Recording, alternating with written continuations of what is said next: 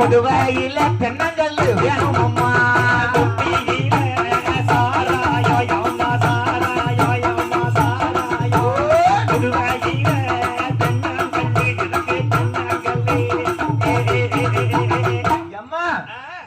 சாராயம் வேணும் டாஸ்மாக் வாங்க ஏத்துக்கிட மாட்டேன் 145 வேண்டாம் ஏய்